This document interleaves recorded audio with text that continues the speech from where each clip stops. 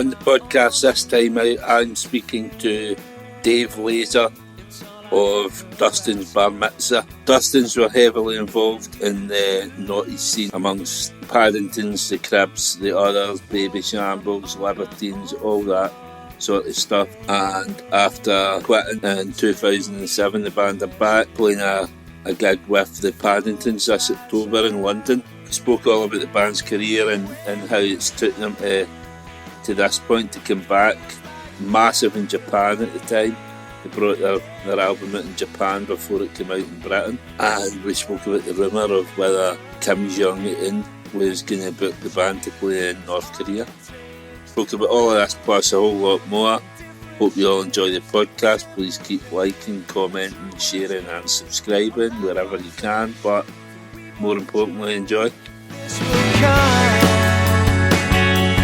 If you stay.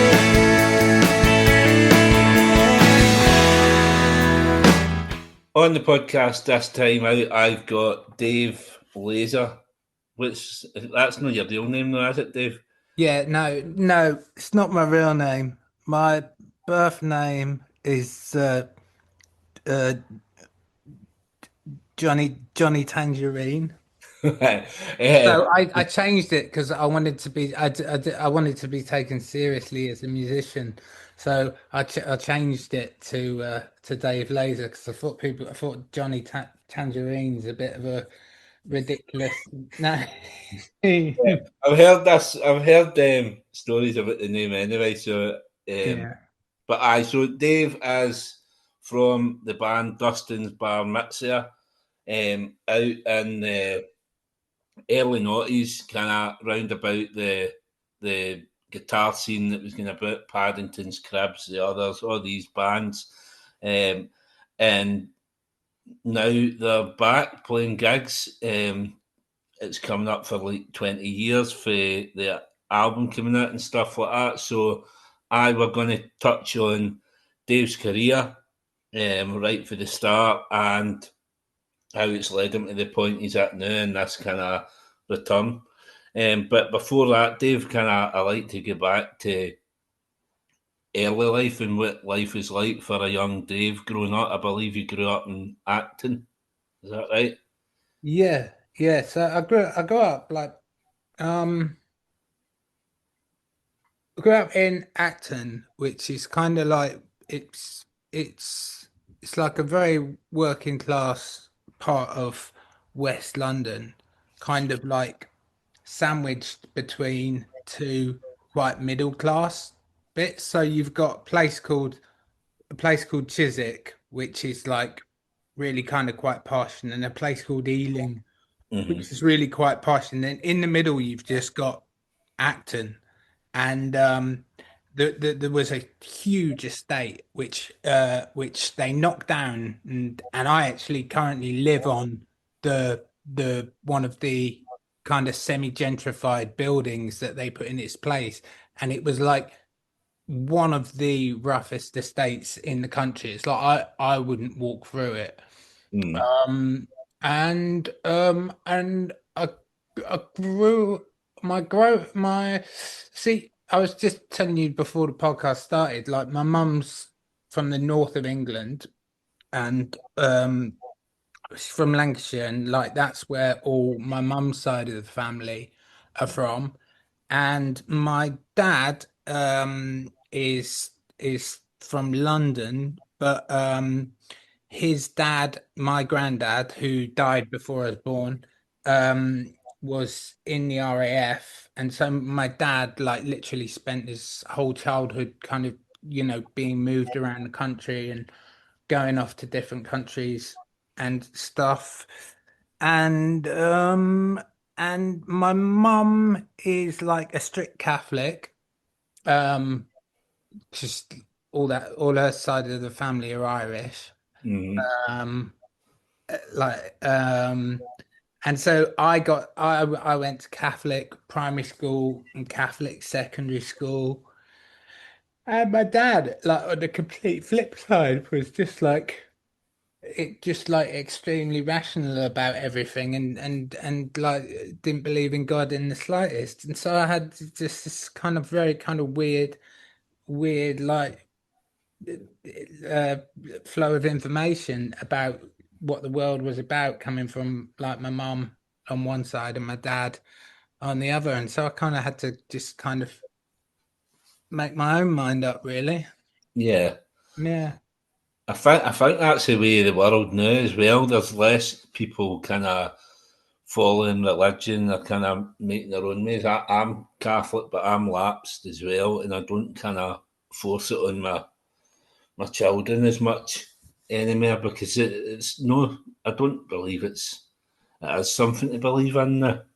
No, but what I will say for Catholicism, I think, kind of as as a system, like the way it's governed, I think, it's obviously completely corrupt.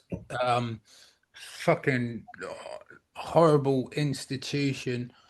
But I got married in October, and me and my wife got pregnant. Well, me and my wife, I didn't get pregnant. My wife got pregnant by me. Uh, I think, I hope.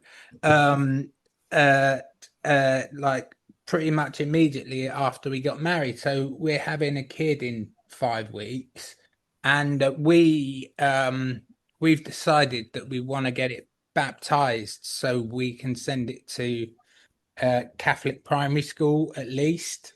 Um, Firstly, just because in West London, the non fee paying schools, all of the best ones are Catholic.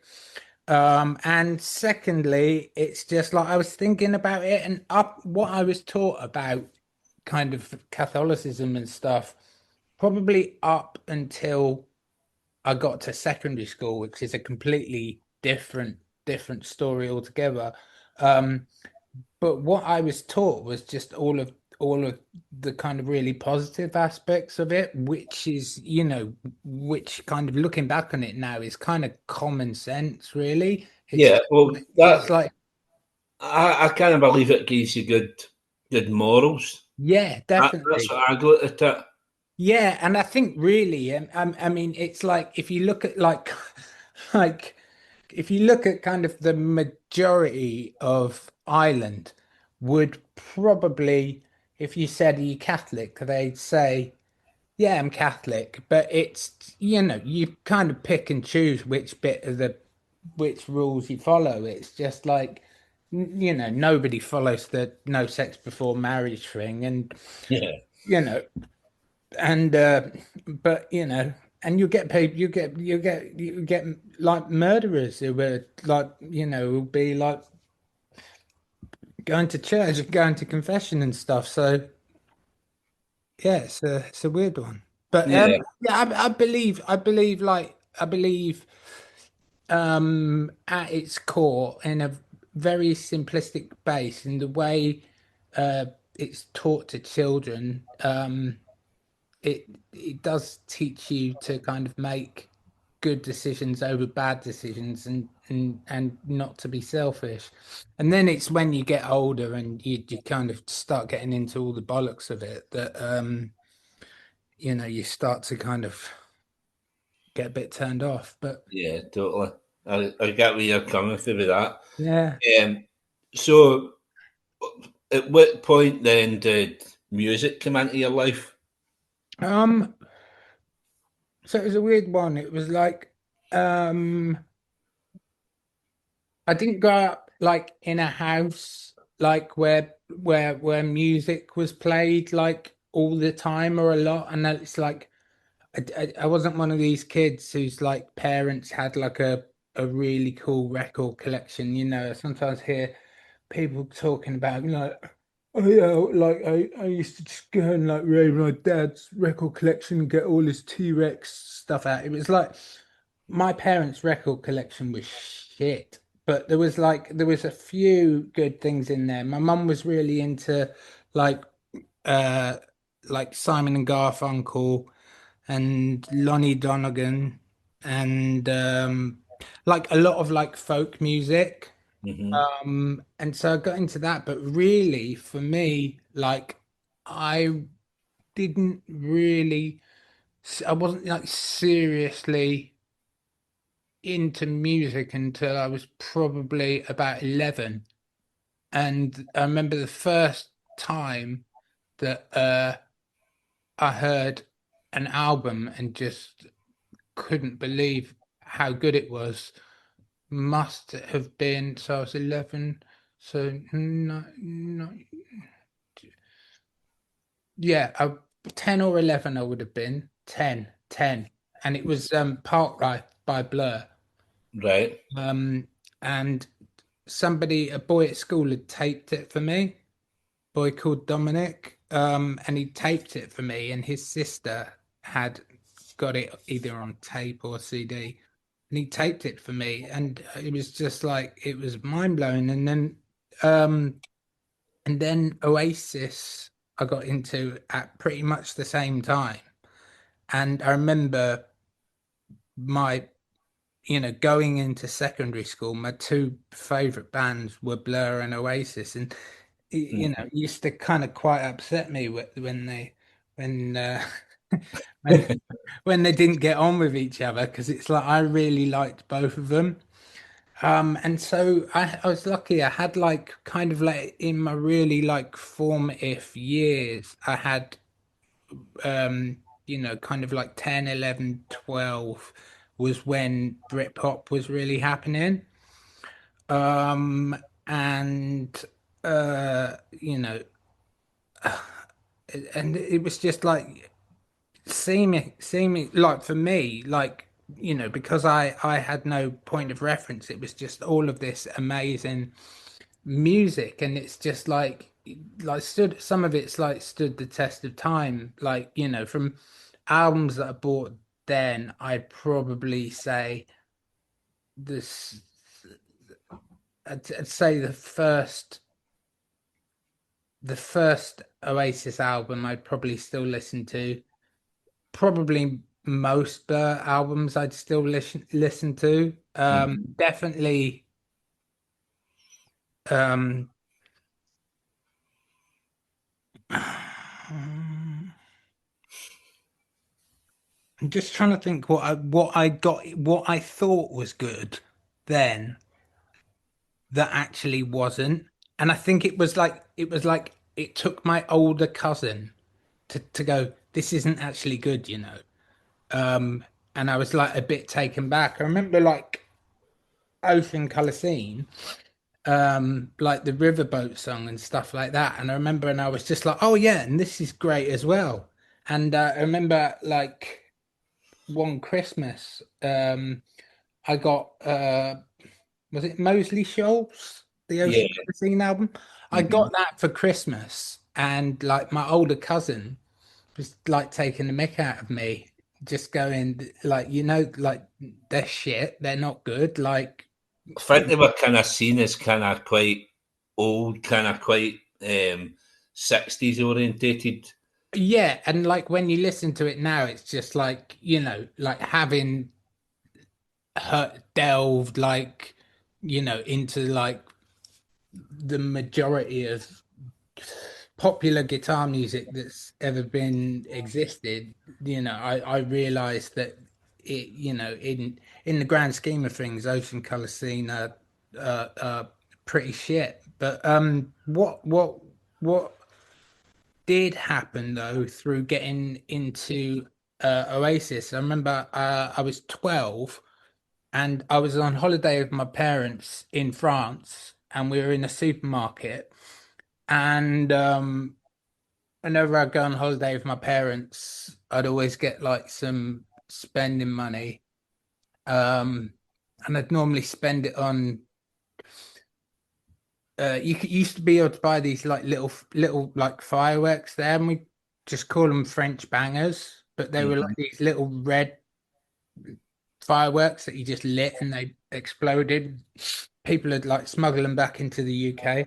I'd normally spend it all on them, but we were in a supermarket and I saw Sergeant Pepper's on CD by the Beatles, And I was like, so, I'd obviously heard a lot about the Beatles, but I'd never listened to one of their albums. And I bought that, and it was just like, whoa.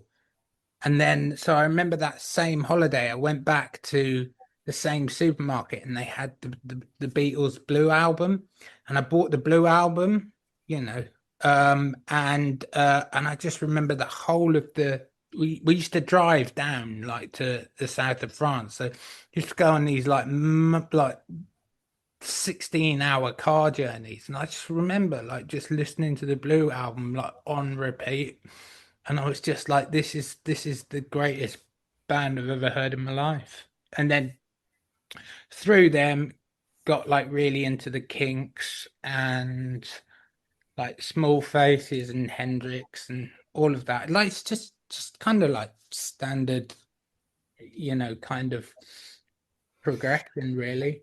So, I mean, like, one of my other questions is like influences, and I'm going to just jump forward and then I'll go back. But obviously, like, for listening to your music today, like, I've not listened to it in a long time, for probably back in the noughties when we were all a bit. But listening to it today, obviously, you mentioning Blur. Yeah. I got hints of early Blur and Sleeper, bands like that, kind of. Yeah. Well, it's weird because I mean, on the face of it, like we were a punk band. Hmm. And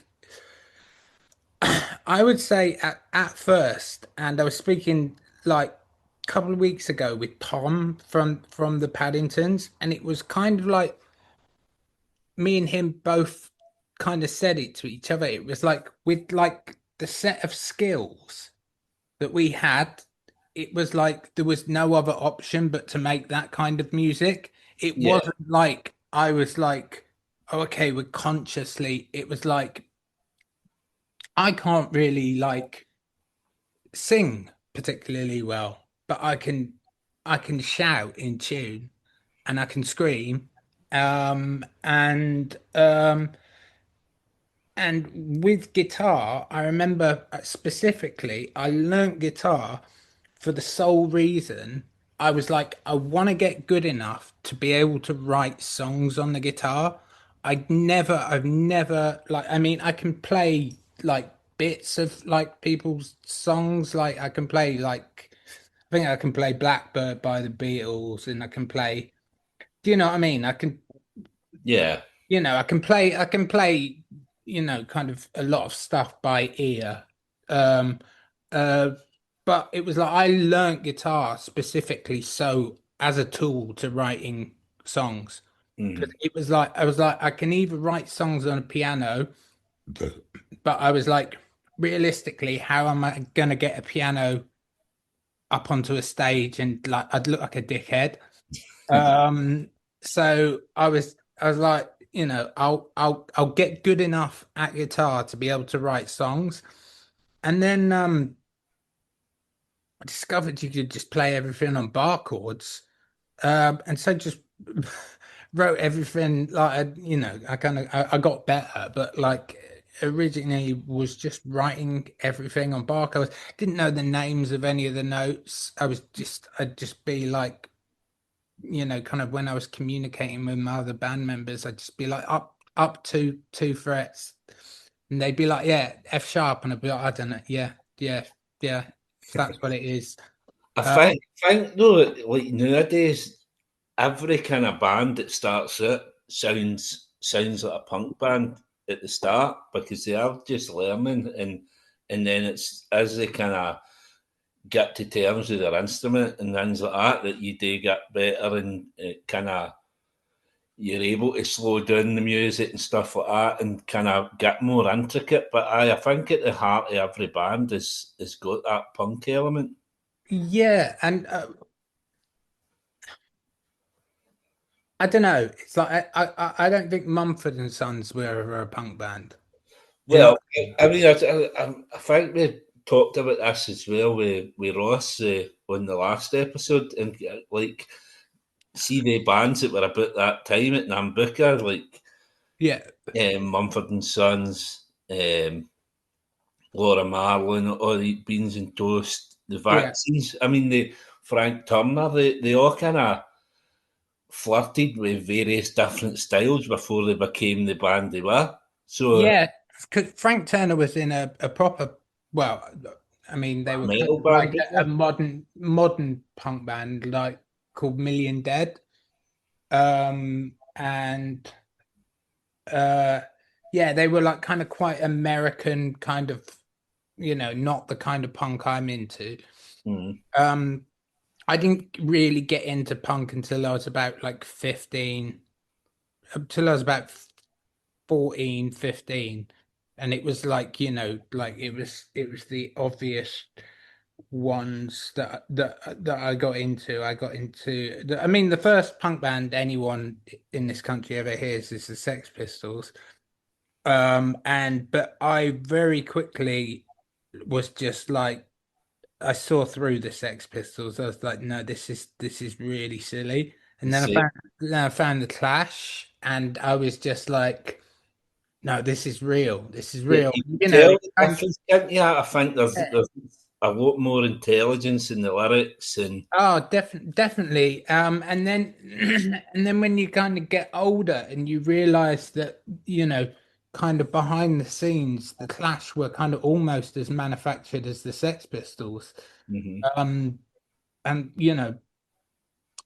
Bernie Rhodes, their manager, like especially after they kicked Mick Jones out. I don't know if you've ever heard it, but the Clash's last album, which has like just basically been deleted, cut the crap.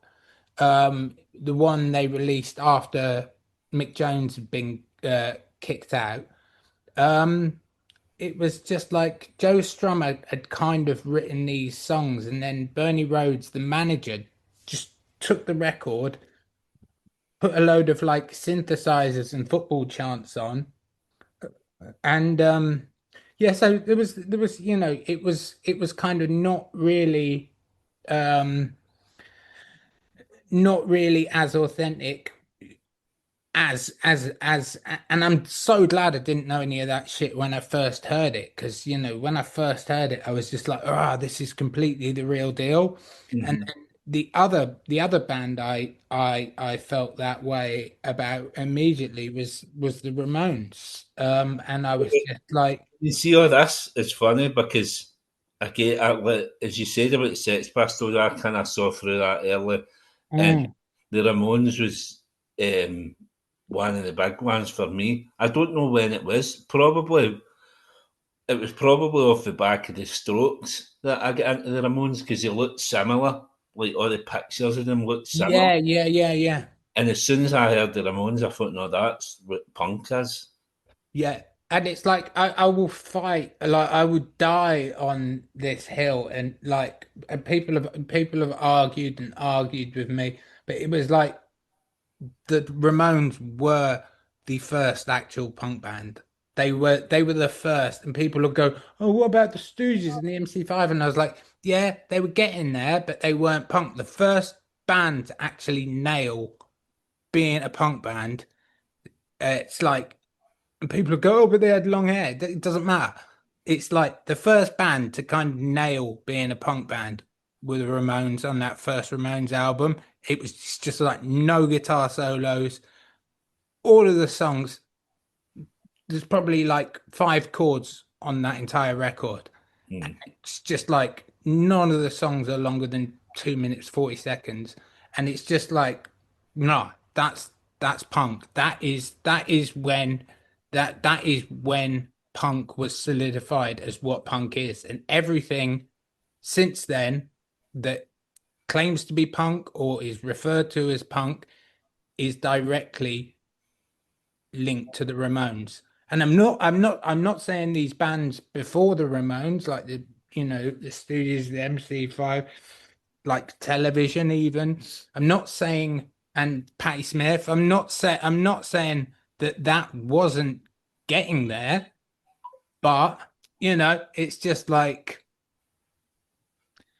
it's like there were a lot of kind of like rock and rollers like before Elvis, but Yeah, Elvis fucking nailed it. Do you know yeah, what I mean? yeah. That's totally that's what I get for the Ramones, because as soon as I heard them, you could connect with it straight away. Yeah. Another thing I've always had, and for me, in it's like I've always like had an ear for like no matter what genre of the song, I can always hear through like whether there's a good song there, and that's why I'm really not into kind of like Pink Floyd and stuff like that because it's just like layers upon layers, and it's Mm. just like what are you trying to hide? It's like punk to me is like a naturally beautiful girl, and a lot of other music is just like a girl that's got fuckloads of makeup on, has had Yeah. fuckloads of surgery, and you're like you could actually be really beautiful, but it's just taking me too long to figure it out. Whereas like punk for me, it's like I think like you had the 60s where everything went mad, and I think some brilliant stuff came out of the 60s. Obviously, like some amazing stuff came out of the 60s.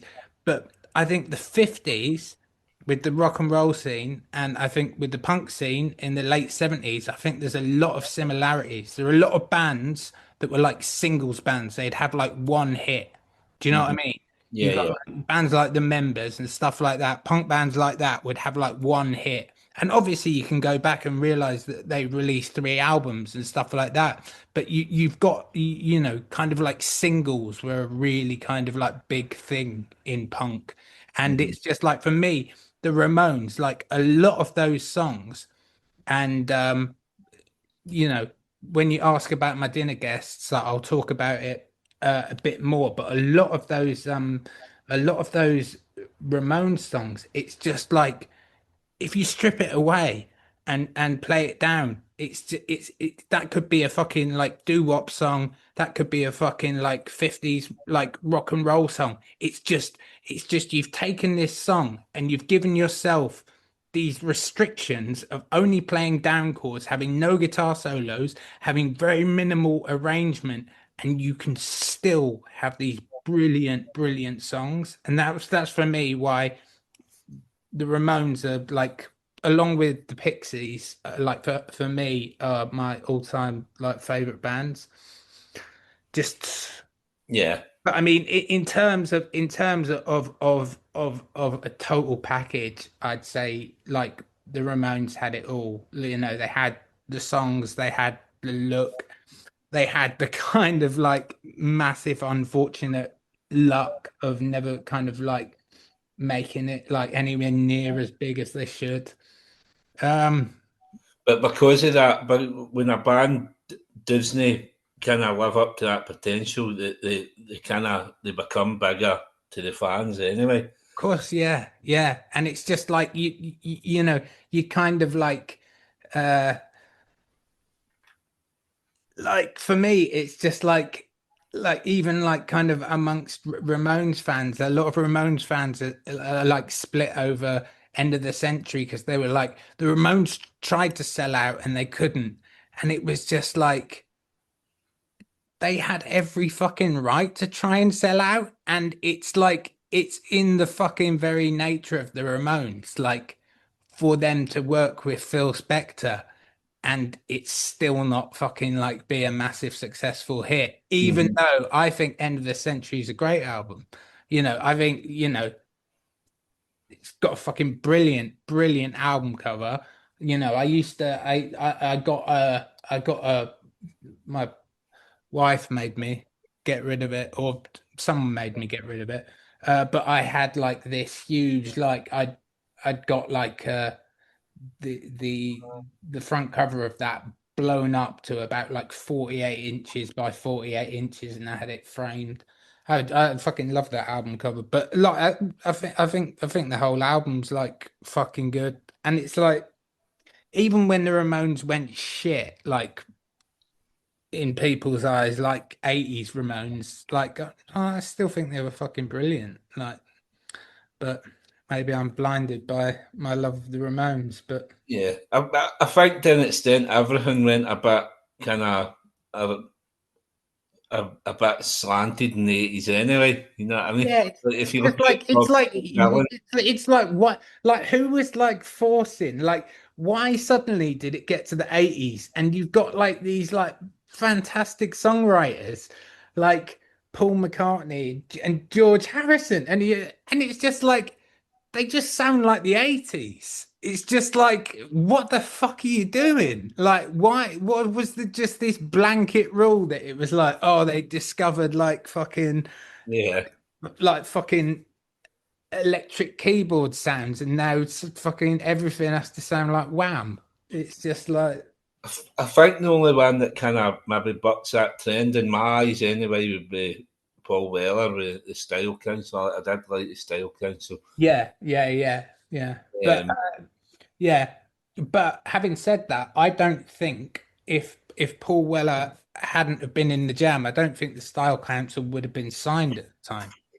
Do you know? Because they were too different to what was going on. mhm.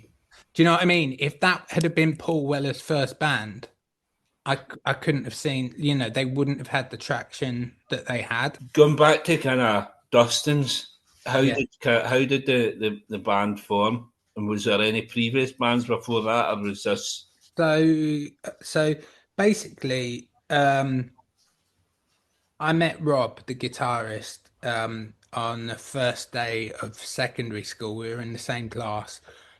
So I've known him since I was 11. And me and him had always kind of like tried to form bands, but kind of always like very like half-heartedly because it was like it was you got to understand like when we were trying to form bands, the music that everyone else that played guitar was into was like new metal and stuff. And so we were in this really weird period where like me and Rob and then like a few other people at our school, it was like there was nothing for us in the mainstream. It was like Britpop was over and you had all of this shit like Travis and stuff like that. Yeah, And you were just like, I'm not having that. That's not good.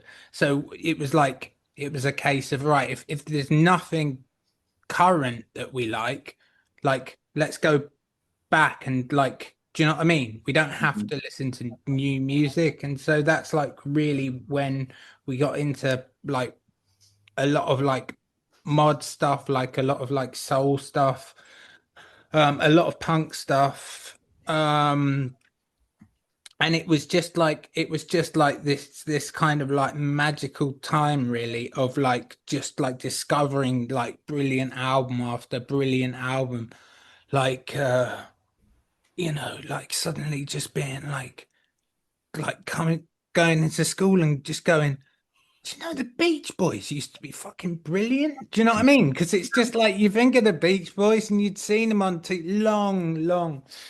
Do you know what I mean? yeah, Like you'd seen fucking what's his name, Mike Love, after he kind of like took over. Um, and is that his name, Mike Love? The yeah, the one that wasn't even a brother, he was like their cousin. And he like yeah, and you'd see the Beach Boys and you just think, oh, what's that nonsense? And then you listen to Pet Sounds and you're like, fuck me, that's yeah, a brilliant totally. record. And yeah, It's and funny because there must have been so many kids like our age up and down the country kind of with the same thinking and then going back and discovering Pet Sounds and Sergeant Peppers and all that and how oh yeah. yeah, because I mean again like my mum and dad had all the Beatles albums but I can never mind Sergeant Peppers until I discovered it. It was all Yeah. the kind of early stuff that they had. And that was the thing with me. So it was just like after I bought Sergeant Pepper's, I told you, like the week after I bought the Blue album and I loved it. And then like I was fortunate enough because I was going in blind. So I was just going into HMV and looking at the covers and I bought Revolver and I was like, this is amazing as well. And then um I like stupidly, like this was a time when it was just like your pocket money would get you one CD a week, and if you bought one you didn't like, you were stuck with it and you had to listen to it every night anyway, or else you'd be gutted with yourself, so you'd force yourself to listen to it. And I can't remember which one it was I bought. I bought either Help or With the Beatles, and I was like, oh, this isn't it. This isn't what I want. And so for me, it's like I fucking love the Beatles, but like really, it's like that whole kind of like Beatlemania stuff, like I'm just not really into. For me, it's like everything from Rubber Soul onwards is is is amazing to me. Dynamite. Everything before that, I can listen to it and be like, yeah, they're really good like pop songs, but you know, um. Yeah, yeah, Yeah. So I was stuck in that rut between kind of Travis, Star Sailor, Keane, yeah, your Fred Durst and stuff like that. Man, he was yeah, crying about Eminem was massive. I mean, a lot of people on the podcast, like the maybe younger ones, pick Eminem as one of their heroes, which is fucking wild to me. But I can you understand. know what? Like I fucking like I hated new metal, and like I've never. I mean, like there's some hip hop I like, but a lot of it I don't like. But even me, when I was 14, and I kind of like someone taped me the Slim Shady LP, and I kind of begrudgingly listened to it, and it was like I did like it, and then Do you think it was inescapable at the time as well, and it was yeah, probably that much different for everything else that was going on that you couldn't help but kind of yeah, because as well, it was like kind of what he was doing was it was if you listen to that compared to the other hip hop that was coming out at the time, I mean, there was some kind of like left field hip hop coming out that would kind of break into the mainstream. I remember like the first Busta Rhymes album was kind of quite out there. Um, but like you're like it's like almost like Eminem was perfectly designed for like 14-year-old boys' minds, and he's mm. just talking about like horrible stuff that you wouldn't expect people to be talking about. Um, and yeah, it kind of like struck a chord, and I kind of felt kind of quite guilty for liking it really because I knew, well, I thought it had like absolutely no artistic merit, and I was all there like getting into like the small faces and shit like that. But at the same time, I'd like listen to Eminem and go, "This is really like, this is quite good." So like around about that time then it took kind of the Strokes to appear to kind of gay music to kick up the arse. Yeah. So What's your thoughts on that? Do you agree? what had basically happened, right? So we formed Dustin's and we loosely formed it. So I started going out with this girl, and she had a younger brother who was 14, and I think me and Rob were 17, and he played drums, and I was like, "Do you want to come and play drums with like me and my mate Rob?" And he was like, "Yeah, okay." Um, and so uh, there used to be these like really, really, really, really, really horrible like rehearsal rooms near us, like in the middle of an industrial estate. But they were cheap. And we'd go down there, and honestly, for about 6 months, we'd go down there about once a week. And this was like we were still learning how to like play our instruments really. And so we just fuck about, to be honest. And we write these songs, but they were just nonsense. It was like they were genreless. It was just noise, really. And then and then it was the Strokes came out, and it was like everything changed, and it was like, and like this may seem like an overstatement, but for me it was like almost like, in my mind, and this is going to sound incredibly insensitive, but it was like almost like an atomic bomb had just been dropped and just completely wiped out everything else. Yeah, Everything else, like, to yes, me, you know, everything else just seemed irrelevant. And it was just like, okay, this is like everything's been wiped clean, and this is like the rebuilding point. And that was when Dustin's we were like, okay, we got to start taking this seriously now. Like, we've got like a signal, we got a pathway to follow. yeah, Like, and it was like, all right, we should probably get a bassist then, because we were just playing with two guitarists. We actually played our first gig with just I don't know if you'd remember them, but there was a band called Special Needs from yeah, London. yeah. And yeah, and they lived in Acton too, and they had this like club night in Acton, just in the back of a pub, called Funfairs and Heartbreak. And it was like an indie club in Acton. And unless you're from here, it's I can't really think of a less suitable place to try and have an indie club, because it's like Acton at the time. Uh, you've got like at the time, you had a lot of like kind of like second generation West Indian people here, a lot of Asian people here. And so what all of the kids were listening to was like garage music. And I Yeah, don't mean like garage rock. I'm talking like, yeah, I forgot about that as well because that was massive then as well. yeah, So yeah. solid crew So and that. so basically, yeah, like growing up, it was just like half the people in my school were into like garage, and half of them were into new metal. And then there was this like Yeah, small little group of us that were into like fucking Donovan and like Bob Dylan and shit. and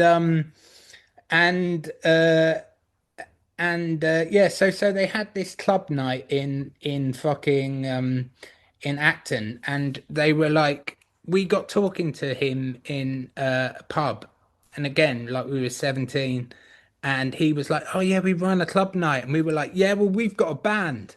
And it's like, we kind of had a band but not really. And he was like, oh, come and play my club night. And we were like, all right. And then we got like really excited, but we only had 6 songs, and they were at best about 2.5 minutes long. So we kind of invited everyone we fucking knew, like everyone we knew, to this club night. And we didn't know, but this club night, normally they had about 8 people there.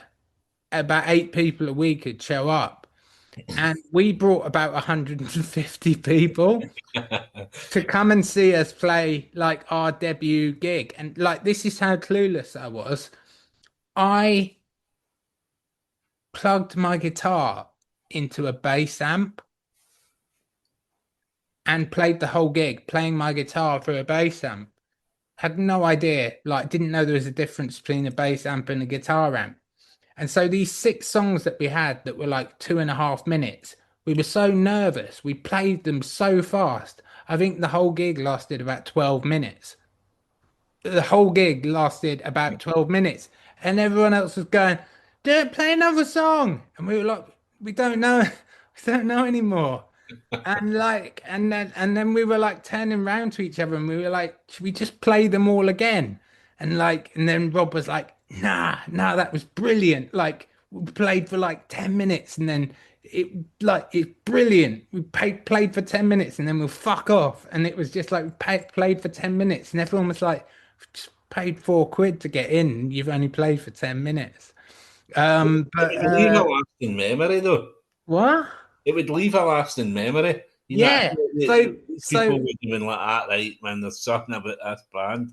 right. And the funniest thing was someone came up to me like because it all happened like quite fast for us. It went from that to us like playing over, in the Rhythm Factory, like with all of these like amazing bands. Probably in about 7 months, we very quickly got a bassist uh after that gig. But someone came up to me and he went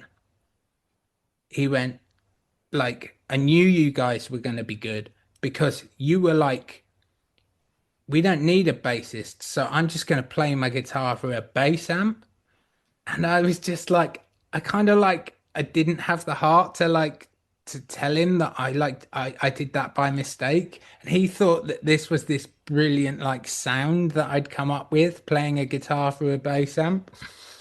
Um, and yeah, so we were completely and utterly clueless, and it was like actually it was like learning on the job, and it was not just like learning our instruments, but like fucking like learning everything. And it wasn't until we got Baco, the bassist, who'd been to music college. He was a couple of years older than us, and he'd been to music college, and so he knew how all the equipment in the rehearsal rooms worked. He knew how to like get the mic sounding good and like get all our guitar amps sounding good and everything. And like from then on, it was like, he really kind of like shored us up. And yeah, and then yeah. Yeah. So, obviously, you mentioned like these other bands. So, a lot of the time when you ask people about the scene, maybe they don't realise that they were in a scene or Yeah. whatever. How did you feel? What was the camaraderie like between all the bands? Because obviously, like jumping forward, I mean, you're coming back this year and playing a gig with the Paddingtons. Uh, So yeah, so like initially, like the bands that we came up with were like Larrikin Love. Loved them as well. Yeah. Seen them an early gig in Glasgow. They were like I described them as the Libertines with fiddles. Yeah. They were like kind of like the Libertines, if the Libertines were kind of like um kind of into the Chronicles of Narnia or something. Yeah. Uh, I don't mean that as an insult. Like they just kind of had this like little kind of like They folky seem yeah, they seem to whimsical live in their element own about world, don't they? yeah, yeah. So it was that like us, then the Holloways, the Special Needs, and then there was a band called Metro Riots who um they were like a bit older than everyone else. So it was kind of like, they'd obviously been in a lot of other bands. And then you had all them and Jamie T was just coming up as I well. like So that them was as well. them. And then we met the Paddingtons and ended up going on like two or three like tours with the Paddingtons and getting on like really well with them. And I think they'd probably agree that like like the main thing we bonded over apart from music really was fucking just like drinking and dare I say Yeah, yeah. doing It's some funny drugs. because see when you talk about the Paddingtons, man, so many of my guests talk about the Paddingtons. They seem to get on with everybody. Uh, Yeah, it's just obviously, just like like um yeah, it's just like instantly like I met them, and like you got to bear in mind though, there was a lot of bands that were coming up and were would end up going on to be quite successful that um I could kind of tell from like initially meeting them that they were playing a part or putting on a show. And with the Paddingtons, especially, and I think they probably say the same about us. It was just like we weren't from privileged backgrounds, and um we weren't like kind of any different on stage or in interviews than how we were in real life. Do you know what I Hmm. mean? And I'll never forget. Kind of like before we started touring, we do a lot of like you've been offered a gig in Leeds. And I remember so it would be like you drive up to Leeds for this one gig and then you drive back and then I remember it was like we had a gig with Arctic Monkeys in Newcastle, and we drove all the way up to Newcastle for this one gig and back. And I remember one of the times we went up to Leeds was for this kind of like all day festival, and one of the bands I'll never forget it, and it was like it disgusted me at the time, and it's such a trivial thing, but before they went on stage, they all changed their shoes. They like changed into different shoes, like to go on stage. And I was like, I won't name them, but and I just remember being like, that's not fucking right. Like, and like we're all sat there like wearing the same clothes we've probably been wearing all week. And and and they're like before they go on stage, they're all like fucking like blow drying their hair and then putting these pointy shoes on. And it was Mm. just like, Yeah, a bit pretentious. yeah. But for me, it blew my mind. It was just like, why would you put different shoes on to go on stage? It's like as if you were like going ice skating. You'd like gone up to the edge of the rink and gone, oh, hold on, I've got to put my ice skates on. Uh,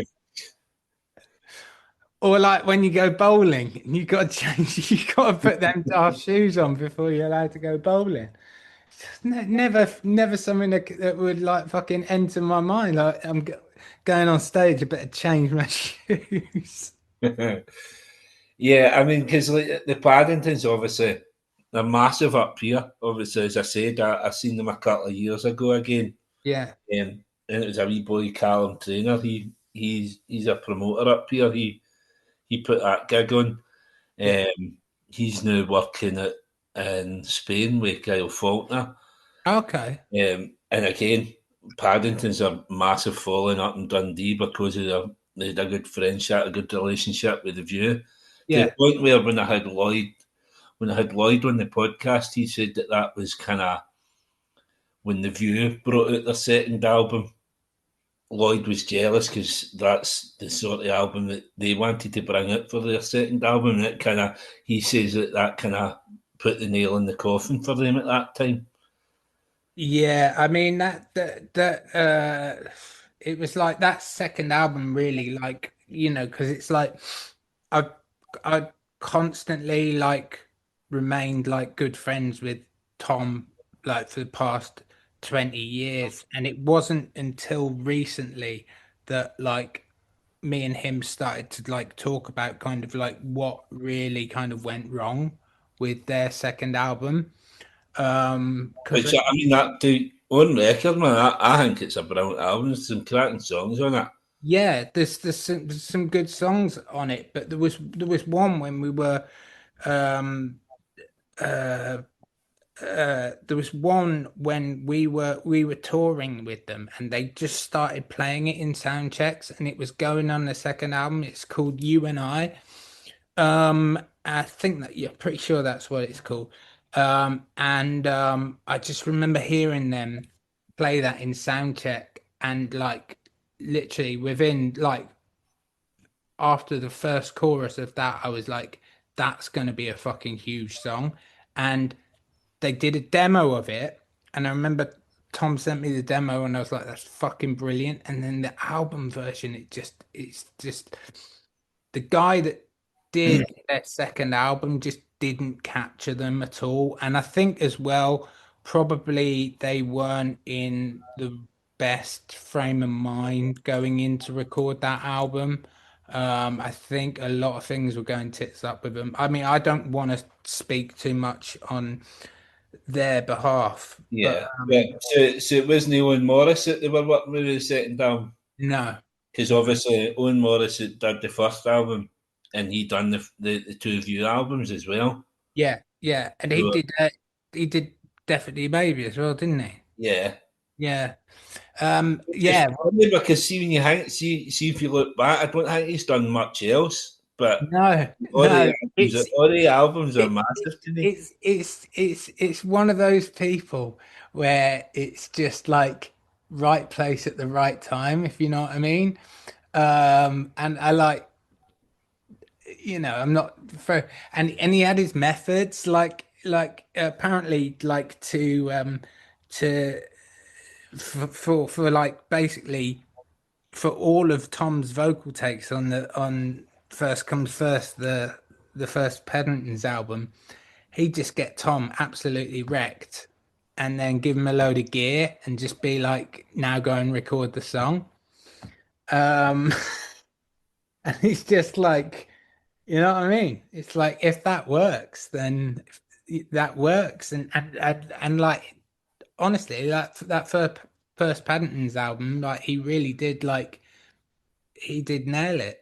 Um, but I think with a producer as well, it's as much about your relationship with the producer because Yeah, you have to when you're doing an album, you have to probably the way we recorded anyway was it was like we went away to do an album and we were kind of locked away there for like almost a month.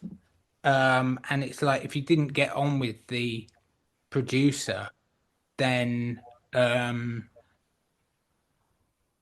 you probably weren't gonna make a great album, which is why I think the first two Strokes albums are so good because the Strokes and Gordon Raphael had such a like musical understanding, hmm, and I think for what he was as a producer, um, and I still talk to like Gordon like every now and then. Like I used to kind of know him quite well because he lived in London yeah. I had him on the podcast a while for back. quite a bit, but it was almost like and this is gonna sound like I'm slighting him, but I'm not, but it was almost like his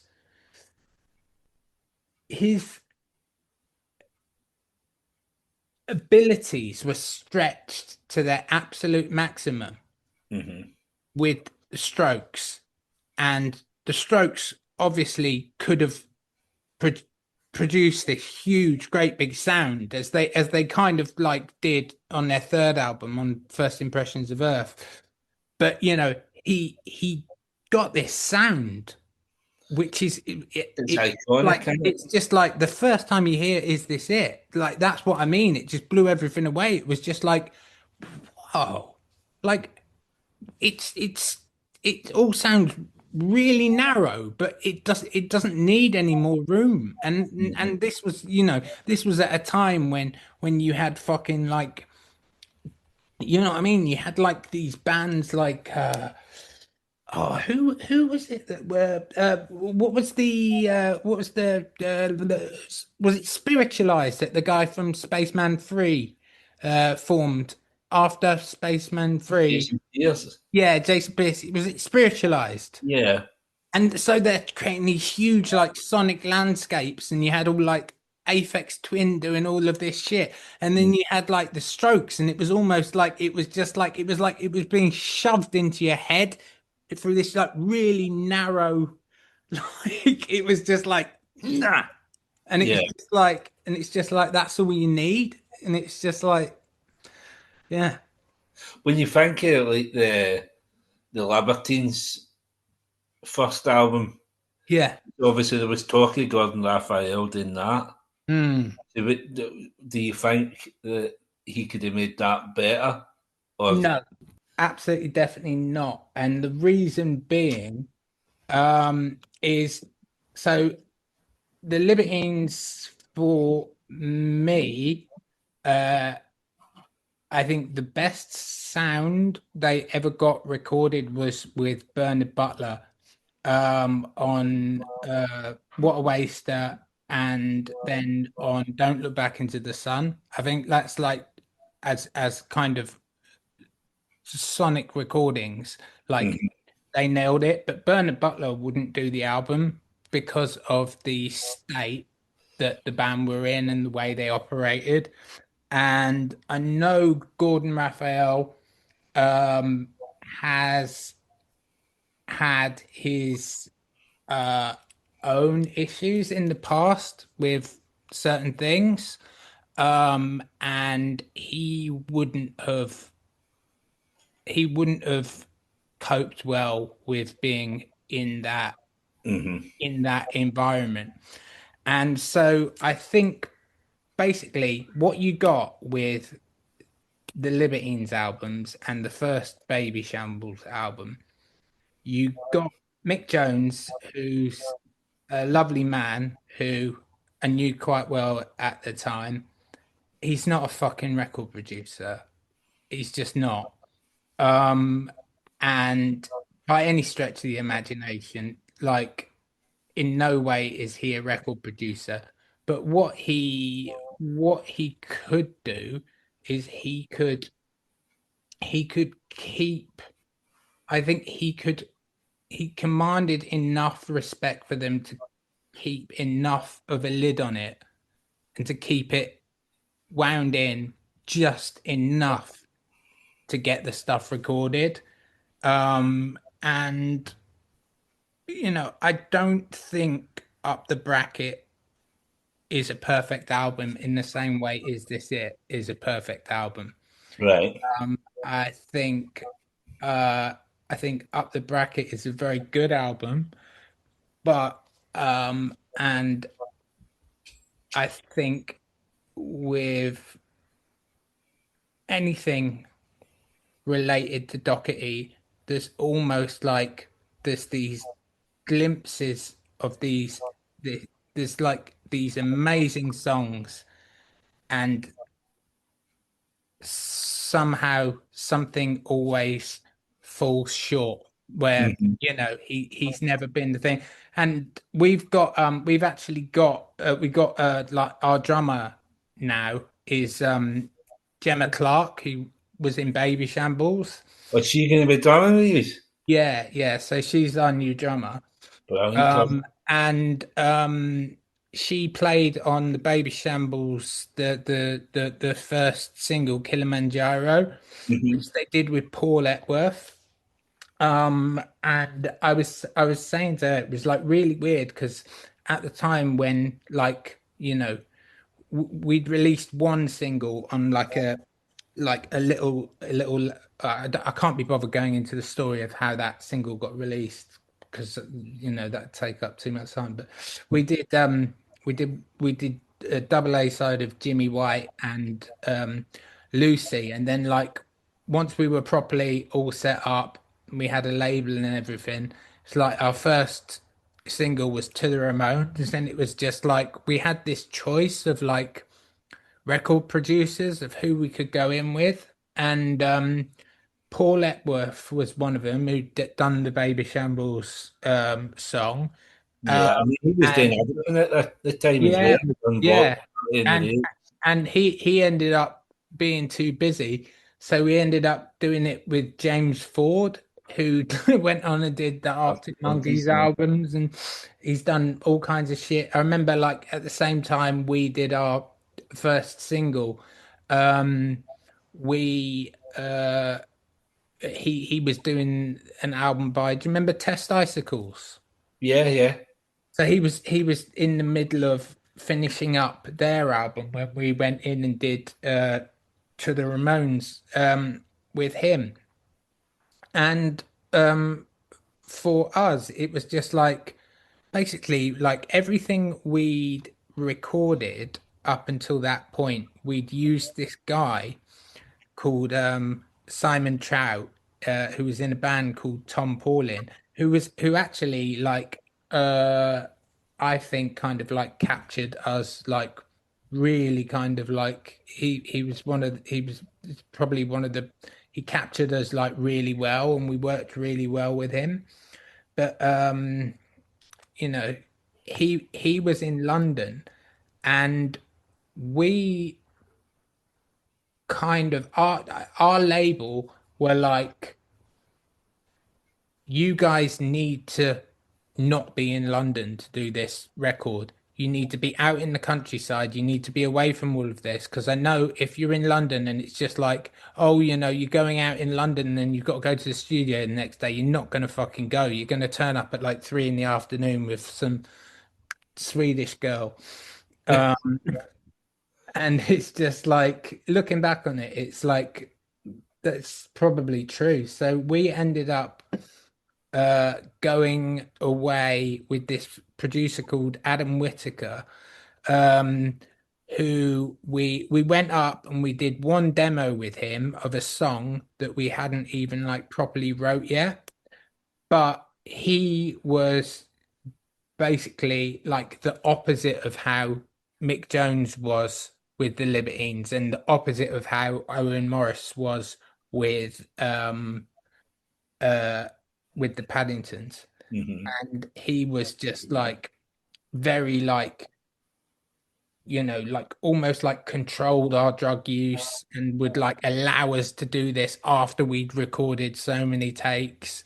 um but what he didn't know was that like I'd got it into my head that we weren't going to record a proper punk album unless we were all taking loads of speed. And this was like probably a good 20 years after people had stopped taking speed.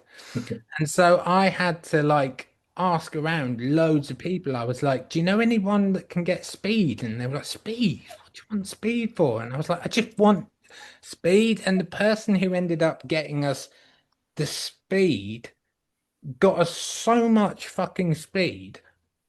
Like, I don't know how much it was, but it was like probably about like half a bag of sugar's worth of like maybe more. Like it was just like a fuckload of speed. And he didn't know that we'd like taken this speed up to the studio. So, so we were all doing loads of this speed.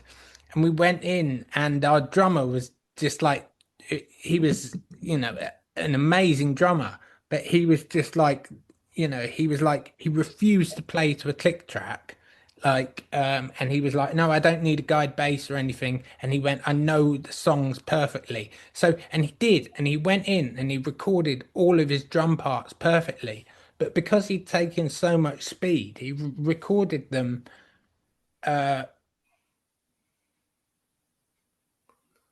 like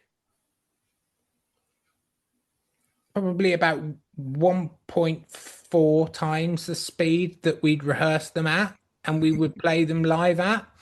And so if you listen to that Dustin's album, it's like ridiculously fast. And so then we kind of got used to playing it that fast. And then after we come out of done the album, like we were just suddenly that fast because we'd had to record the whole album that fast. And so we suddenly became like uh much faster. But it's going back to your question about like whether Gordon Raphael could have worked with the Libertines. If he'd have recorded the Libertines, he would have tried to make them sound like the Strokes because that's what they would have asked him to do.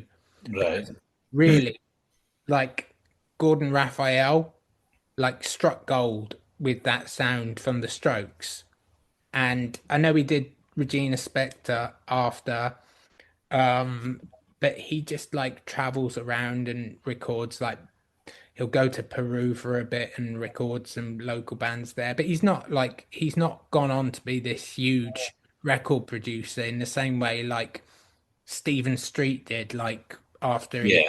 like was it he did the Smiths and then he went on and did Blur and Well, he's done yeah, lots. yeah. It's kind of like that youth. Yeah. Youth seems to do so many albums this last year. He done The View, he done Cast, he's done He all did a stuff. fucking he did a Paul McCartney album. Yeah, yeah. He plays in his band, didn't he? He plays in his live band. Does he?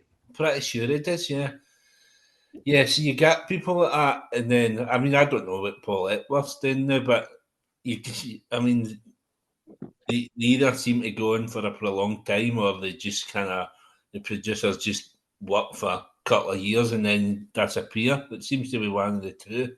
Yeah, because that's the weird things is like for me, it's just like uh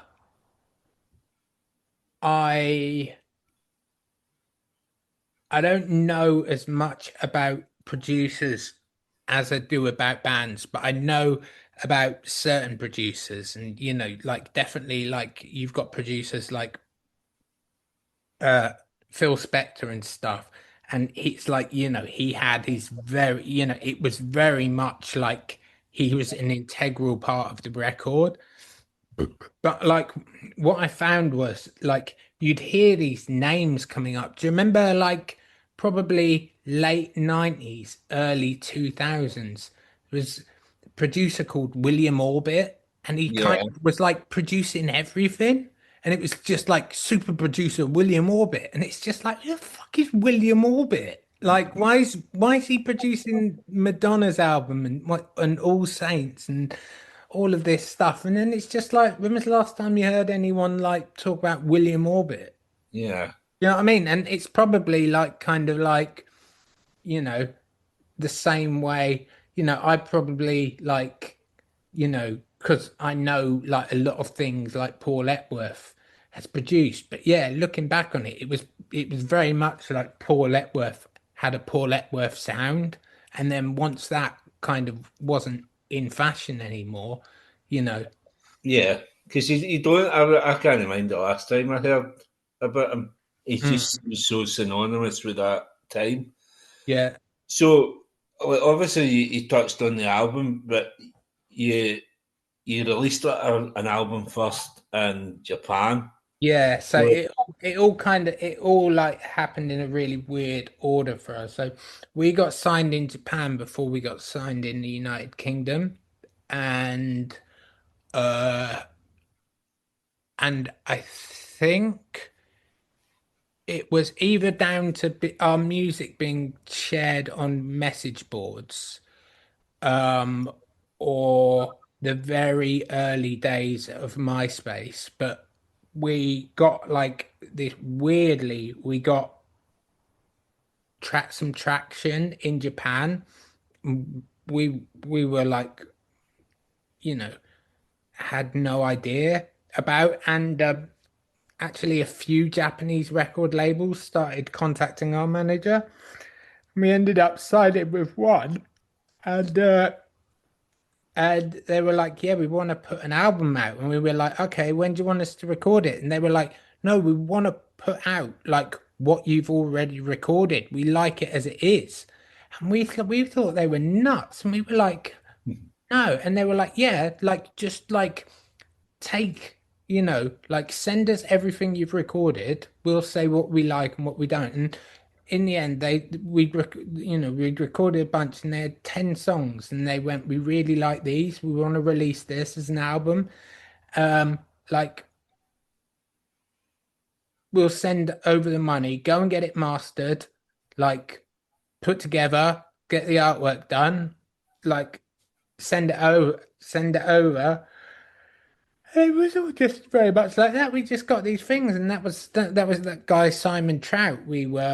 Um, who we recorded all them with, and now it's like when I look back on it, it's like it pains me to say it because of all of the money that went into us recording like our second album, which was like our first proper UK album. Hmm. It's like I prefer the one that got released in Japan because it's rawer. It's like it's it's less polished. It's like less radio friendly, definitely, but it's like I think it captures who we were as a band better than Get Your Mood On the album does. And that's not to say that I don't really like Get Your Mood On because I like both of them. Um, but yeah, so it was weird. So we actually we ended up kind of becoming really popular in Japan Yeah, just as we were starting to get popular in England. And so we'd go out and like play a load of gigs in Japan and we'd be like supporting Supergrass out in Japan and like playing our own like headline shows to like hundreds of people out in Japan, uh, and then coming straight back and headlining like a pub in Blackburn in front of like 60 people. And it would just be like, it's like, it's just such a mad, like yeah. fucking like dual existence. And Like Beatlemania to the Toilet Circus, the Toilet Tour. Like Beatlemania to the Toilet Tour, and mm, aye, that's mental. There was one story that I read the other day, which I'm not sure how much truth there is in this. So yeah, obviously we use been massive in Japan. I seen Kim Jong Un apparently went to one of your shows in Japan secretly, and apparently was in talks about you playing in North Korea. right. Is there any truth in that, or have I found that online? You've, I'd love to know where you found that online. I'll send you Um, it later on. yeah, but like if I'm honest with you, that sounds like something I would have made up. Because we used to like so basically we so when we'd go to Japan, we'd have like an entire day of doing press. Right, which is so we'd be in our hotel room, and it was just like one journalist after another coming in, all asking the same questions. And it's like after a couple of them, you start Yeah. to get really bored, and we just start making stuff up. Um, like just like ridiculous stuff, like just talking absolute nonsense to these like poor Japanese like person. Like we'd be talking through a translator and this translator would be looking at us like, oh, that knowing that we're just completely, like making it up. Like talking about like how we like formed the band in like in a young offenders center, and we making up all these reasons that we've been in the young offender, and all of this would just get printed in Japan, and they'd just be like, "Ugh." It's just like, and for some like just some weird reason it was like in like the Japanese version of Vogue. I think it was Vogue. It was like one of these like women's fashion magazines, and they had like this list of top 50 eligible bachelors. And I was like, they put me at like number 17. And I don't know like how they did this, whether it was our record label who had like a contact and was like, go on, get them in this magazine or something like that. But like they put me and I was like sandwiched between like two ridiculous people, like I don't know, like Harrison Ford and like Kirk Douglas or so. I don't know. Like I was like it was just like all of these people, and then there was me, and they'd obviously like they'd taken a quote from one of these nonsense interviews that we'd given in Japan. Um, it was like they basically write like uh, Dave Laser, he looks like tough guy punk rocker, but he has a sweet side. His his favorite album is the soundtrack to The Lion King, and his favorite thing to do is is to lie in his bed with Lion King duvet and Lion King soft toys. And it was just like I must have just like made that up in the fucking interview, and it's just like they've just like you know what I mean? The Yeah, 'cause they innocence take of everything so seriously over there. oh yeah. Um, but yeah, that was honestly it was insane in Japan. We'd have like kind of we had to be moved hotels because like we didn't really take them seriously, but they were like, don't let anyone know where you're staying, and obviously like we were bringing like lots of people back to our hotels, so it kind of became probably through their online message boards. Um, kind of it became like kind of quite well known what hotel we were staying in, and so we'd have these like groups of girls like waiting outside the hotel, and they'd be waiting with gifts for us, like they'd always like bring us gifts. And we were like, this is amazing. We've just got like a constant supply of like girls and free stuff. Like, and they'd like, I remember one of them bought me like this really nice like scarf, and which was good because it was like the middle of winter. And but she bought me this really nice cashmere scarf, and I was like, thank you. And like our record label was like furious. They were like, no, you can't be seen like kind of like being on the same level as the fans. You have to be on a different level because they've got that whole like they don't call them pop stars, they call them idols over there. So they're like these like but they're like they have to live these perfect lives, and it's like a few of them like would get caught smoking cannabis and then end up killing themselves because they'd be vilified by the press for not being these perfect people. Right. So yeah, their whole like kind of like view on like treating like musicians and actors is and how they view them is all very different to how we do over here. Do you know what I mean? Yeah. Yeah. Yeah. So, I mean, like you touched on Get Your Mood On. So then, how did kind of the band finish? And what happened? What was the kind of the end up of that? Okay, so basically, um, we were in a situation where we'd signed uh, a management contract with a manager that we really were not happy with, but we were kind of legally tied. We'd like foolishly signed, basically signed away our Yeah. future, like the foreseeable future. So we were stuck with this manager who I don't want to call him like incompetent because he could probably get me shot. But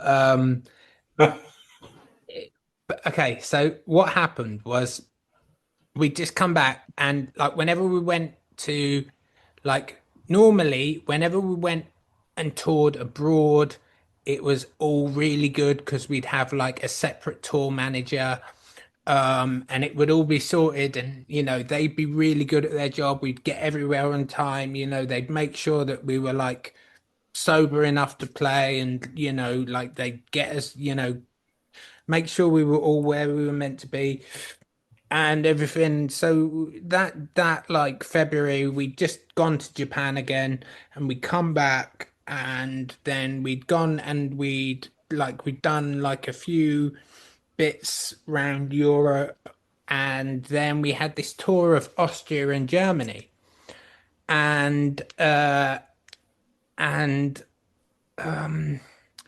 so our manager was just like, "Oh yeah, like brilliant news. Red Bull have like agreed to sponsor your tour and give you a tour bus as long as you do a bit of like PR for Red Bull." And we were like, "Yeah, brilliant." So we got to Austria, had this like Red Bull tour bus that was like constantly stocked with like Red Bull and Jägermeister, and it had like a PlayStation and all like TVs in the back of the headsets. It was fucking like everything you could want. So we like toured everywhere, did all the dates in Austria. And then we got to the last date in Austria, and basically the driver was like, "All right, then, see ya." And we were like, "What?" And our manager was like, "What are you talking about? What?" And he was like, "We've only sponsored you for like the Austrian part. We've got nothing to do with. We don't have a working relationship with the promoters in Germany. Like." And so we were like, "Oh, for fuck's sake!" And like, so our manager had like failed to fucking like spot this like massive like fucking like, and this wasn't the first time he'd done something like this. Hmm. I could go into other things, but he failed to spot this like massive, like Yeah, I mean, you're this, landing up this, in this, Germany with all your this gear and no way. massive, massive fuck up. So he was like, right. So he was like phoning like people in England, going, I need you to come out and bring a van and tour the boys around Germany." And everyone was just like, I'm doing something else. It was like, you can't just like fucking like call up a tour manager and be in Germany tomorrow and bring a bring a tour bus. And so we ended up having to tour Germany by fucking train. And I was just like, at this point, I was so sick and tired of like this manager. I'd just like gone into self-destruct mode, and like I was just like, I can't deal with this. I can't deal with the reality of what's going on, of like how fucking stupid this is. Like, and I'm not gonna try and fucking pick the pieces up. In fact, I'm just gonna get so fucked that uh that I don't give a shit. Um, and so I just like, for the whole of the that German leg where we were touring around on the train, like lugging drums and amps and everything onto trains, like I was just constantly just like fucked off my head. Hmm. And it culminated with the last night we played in Berlin, and like I just like had this just like moment of like realization, like on stage. I was just like, this is it, man. Like I can't do this anymore. I can understand then why you would kind of, if you're working under that relationship, why you would want to kind of just sack it off. Um, Afterwards, then, for what I see, like the Von Erich family, what were you doing there? Just kind of Yes. So that was basically, that was like three of us, and then our old drum tech.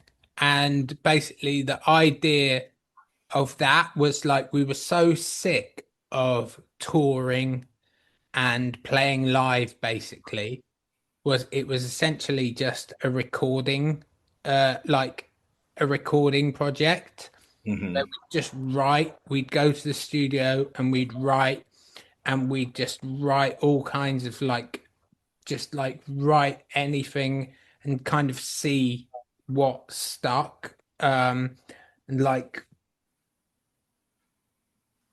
um we did like kind of play like a few gigs, like, but we were never gonna like take that on tour, and like, it was never we never wanted to like have that kind of like whirlwind experience that we'd had with Dustin's again. We wanted to kind of do things on our own terms and at our own pace. And that kind of worked for a bit, and then you know kind of life starts happening, and like you know that kind of stuff doesn't fund itself, and it just kind of really kind of fizzled out a bit after that. Hmm. But actually, like a couple of Christmases ago, I ended up like I was like, because we recorded a fuck loads of stuff, and a lot of it was like just like bonkers. Um, and I was like, right, we've actually got 10 songs here that are really fucking good. And I got them pressed onto vinyl for the other members, gave them all as a Christmas present. And all of them were like, fuck me, if we'd have released that as an album, that would have been amazing. And I was like, yeah, but you're forgetting all of the other fucking shit that like we recorded as well. Because we were just like, do you know what I mean? We had no direction. We weren't like motivated by like, we've got to write a single, we've got to write a fucking like, do you know what I mean? So it Yeah, was just like, and as well, like, whereas like Dustin's was very kind of like social commentary and kind of like writing about personal experiences. It was, this was kind of lyrically, it was just like it was all over the place. It was kind of almost like I was taking like a lot of like drugs at the time as well. So it was like lyrically it was kind of quite out there in the themes, in like the yeah, situations that I'd write about. Um and yeah, I think there's like a Bandcamp page yeah. I've seen or that something. yesterday. Yeah, there's like a Bandcamp page with some of the recordings on. And some of them are like lost to the sands of time. Where, I still like kind of remember like bits of songs. I'd be like, we actually went and recorded that, and it's like I just remember like bits of the verses, and it's just like it's just nonsense. It's just like, yeah, Yeah. So, I mean, fast forward now, we're 20 years on, nearly 20 years on for 2006 when you release Get Your Mood On, and you're playing a gig with Paddingtons in October. yeah, Um, Obviously, you mentioned earlier you get Gemma Clark playing drums. yeah, Um, so obviously, I mean, Gemma's been a former guest in the podcast as well. I'll tell you a wee bit more about her in when you go into your heroes. But um, so what is the plan other than this gig? Is there going to be other gigs? Is there going to be any new recordings, anything like that? Oh, see, that's all really up in the air. I think it's like at the moment it's like play it by ear. We've got a gig booked before the one with the Paddingtons, but that's basically like a secret gig. That's just gonna be like a warm-up show for us. But it's like basically we're kind of like getting to the stage where it's just like, okay, we've kind of relearned all the songs. We've kind of rejigged a few of them. And it's like, we're close to like kind of having this solid set that we'll be in the position where if we get offered any gigs that we want to do, then we can do them. Um, I hadn't even written a fucking song in about 10 years. And then just like the other day, I was like playing the guitar and I was like, oh, I think I've just written a fucking, like, I think I've just written like quite a good song there, or like the basis of quite a good song. And it was like, I was almost pissed off at myself because I was just like, I don't want to get back into this. Don't want to like, and then I like played it to one of the other guys, and they were like, "Yeah, that's good. That chorus is," and I was just like, "Fuck you." So like we'll see. Like we could end up like fuck it. Have you ever tried these? No, what are they? They're these like fucking like pouches, these nicotine pouches you put under your gum. Right. All the Um, football players use them, didn't they? what? All the footballers use them. Yeah, they're called like snooze or something. Yeah, yeah, that's that. Yeah. And I went on my honeymoon to Vietnam in January, and my sister was like, "Oh, you can't vape on the flight. You can't vape on the flight because I always vape on airplanes. Like I vape everywhere." And so she made me buy these. She like they're really good. Like you won't want to smoke, and they're fucking disgusting. They're horrible. Sorry, that was a slight detour, but yeah, we're just gonna like just gonna Yeah, like like the we're year just then. gonna see what happens. But it's like weird. It's like all of these like loads of like fucking bands from around that time are like reforming around like the same time. Thing And is, it's funny because, like, obviously, once you see all these gigs getting announced, and you do it as it's 20 years for them, but you don't realise 20 years has went by until you yeah, see all these gigs getting announced, and you're like, it's it's funny because you like a few years back you had the Britpop revolution, like all these, but yeah, and now it's your turn, and this is like, I mean, I'm the same as you. I was into Britpop, but then yeah, your music, your kind of scene was where I was like heavily into it. So it's now yeah, like our turn to have our bands back. So yeah. like Like last like year I had last January I had Sam Herlihy for Hope of the States on the mm, podcast, and when I spoke to him, it was kind of he wasn't even sure about coming on the podcast. He says, I don't think there's an appetite for the band. Nobody wants to hear this story. And I was like, mate, they really do. And yeah, I kind of see myself as maybe I had something to do with them kind of reforming because, like, when we recorded the podcast in the February, there was no hint of a Hope of the States reunion. And then 5 months later, they'd announced that they were coming back and were playing these gigs. And I see they just posted something on Instagram the other day about October 2025. I think they're yeah. going to be releasing new music. So all these bands are coming back. I know. It's mad because it's just kind of like almost as well. What I've realized is like our audience, and it was like only a few months ago, I was like, oh, I'll set up a Dustin's Instagram. Um, Suddenly we like had all these like followers, and I was getting all these messages, and it's just like are these people like telling me like how important like the record was to them like when they were 15 and stuff like that, and it's just like now these are like 35-year-old people, like fully formed people. And it's just like, because at the time, and it's like, I was just like, we're just playing to a bunch of kids. Like, do you know what I mean? Like in my head, we're just like, we're just noise for kids to jump around to.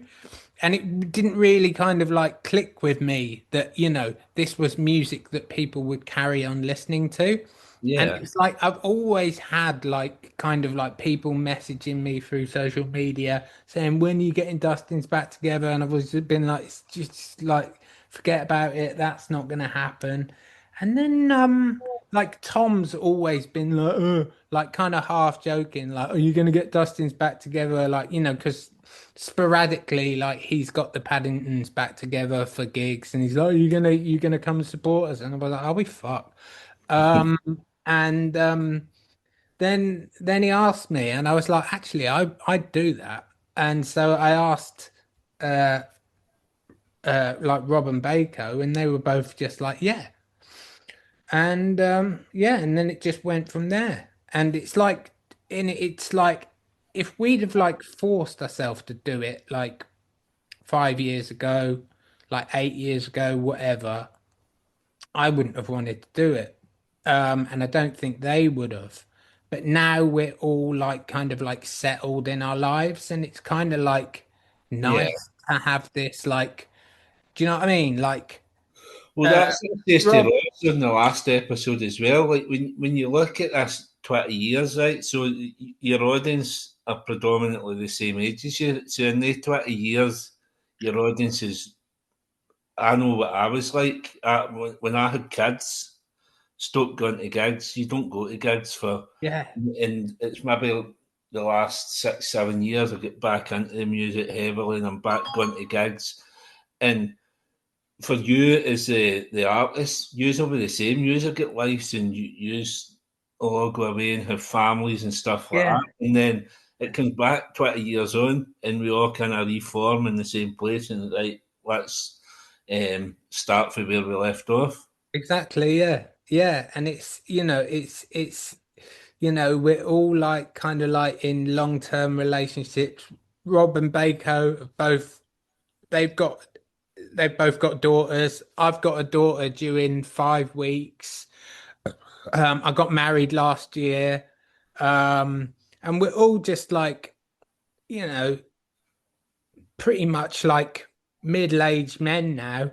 The And big, it's the just big like question is though, will it's you be nice able to to play the songs as fast? yeah, yeah. Like we started off, I was just like we started off playing them a bit slower. Um uh and slowly they've crept back up. They're not gonna be quite as fast to be honest. But they're still very much like Dustin's, and it took me a while really to kind of get back into that mindset of where I was 20 years ago in Yeah, order to be able to sing about those things and actually like have, I had to kind of almost like put myself back in that mindset and was like, no, you were very passionate about this. Like I almost had to kind of like re-go through like some of the trauma and some of the anger that I felt like about, the state of the world and about, like people around me being on hard drugs and stuff like that. And like almost had to be like, oh no, that's where I was. That's what I was thinking. That's what I was feeling. And, yeah, it's kind of like, it's brought up a lot of like kind of like unpleasant memories really. But I've